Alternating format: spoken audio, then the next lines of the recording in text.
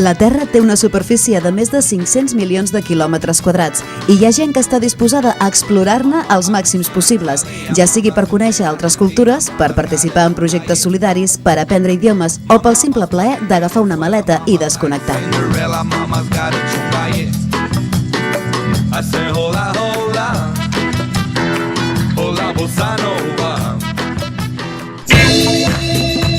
A l'Això no és Mònaco d'aquesta setmana, la Natàlia ens parlarà de la seva motivació per fer viatges solidaris, com els que organitzen diverses ONGs de la ciutat com Pont de Solidaritat. Fer la volta al món et permet conèixer altres realitats i tenir un nou punt de vista del teu entorn més proper, tal com ens explicarà la Tatiana. Finalment veurem com viatjar des de Reus no és tan complicat ni car si comptes amb l'assessorament adequat i aprofites els vols de baix cost.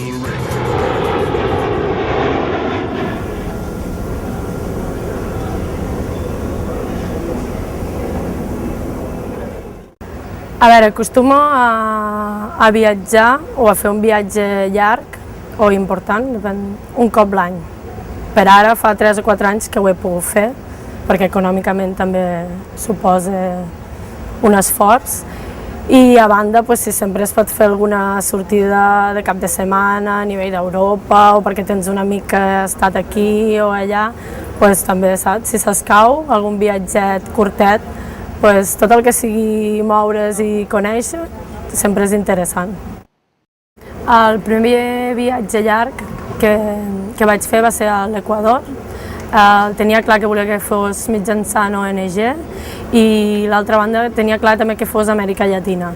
Vam anar 15 persones i a veure, com el primer viatge, res. Vull dir, el record és impressionant, també és molt important amb la gent que et trobes i que t'envolta amb el viatge, i van ser 25 dies, el qual no havia estat mai fora 25 dies i don molt de sí, perquè t'aixeques molt del matí i el dia s'aprofita molt. Llavors el següent any vaig estar a Mèxic, que potser va ser un dels viatges així més durillos psicològicament, perquè realment Mèxic és un país amb molts problemes, no? I després, l'any passat, vaig estar a Costa Rica. També va ser mitjançant ONG, però a Costa Rica potser va ser una mica més light, no? No hi havia una problemàtica dura, no? Al començament de les ONGs hi havia tot el tema de camps de treball, etc., que era per anar allí a col·laborar. Què passa? Que han muntat ja també els seus projectes, ja tenen muntats els seus projectes i s'ha anat evolucionant. I el que estan intentant és promoure un turisme allí, amb aquesta gent, però solidari, no sé, turisme solidari o un viatge responsable, també se li pot dir, i hi ha moltes ONGs que s'han començat a moure. Què passa? Els diners van directament amb aquella gent. Saps, directe al poble on ells tenen el projecte, directe a la família que et dona el menjar.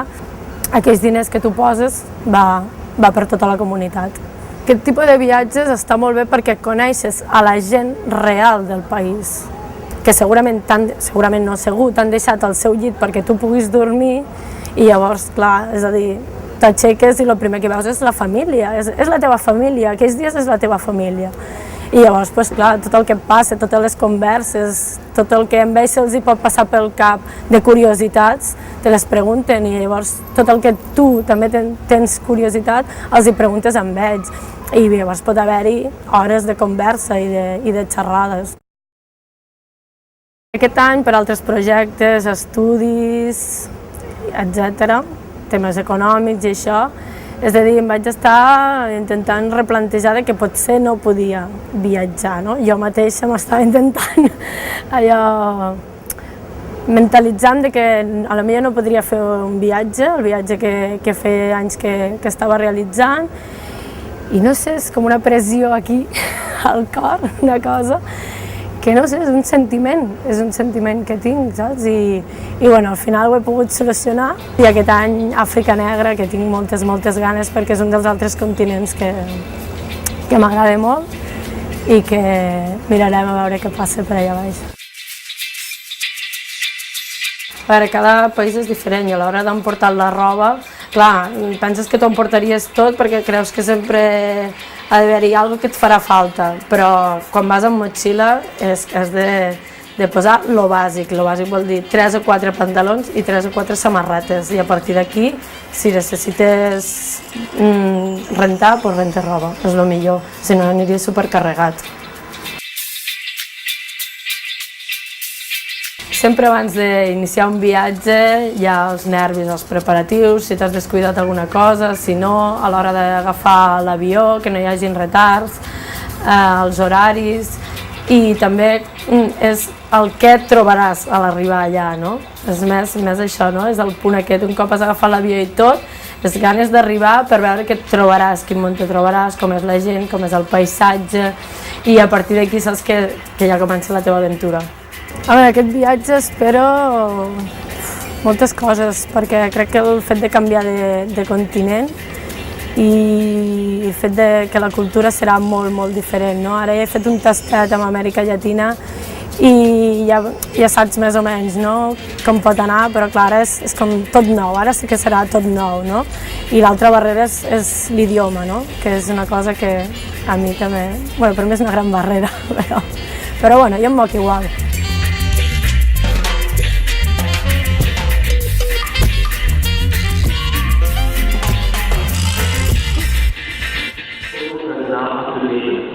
Das Reklame geladene Gewicht vorangestellt absolut. Vielen Dank für Ihre Aufmerksamkeit.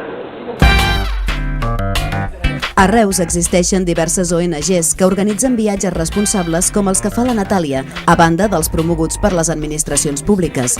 Una d'elles és Pont de Solidaritat, entitat que pretén acostar a la gent d'aquí la realitat de zones menys desenvolupades, col·laborant amb associacions i camps de treball a Nova Mamoré, Ricardo Franco i altres parts de Sud-amèrica.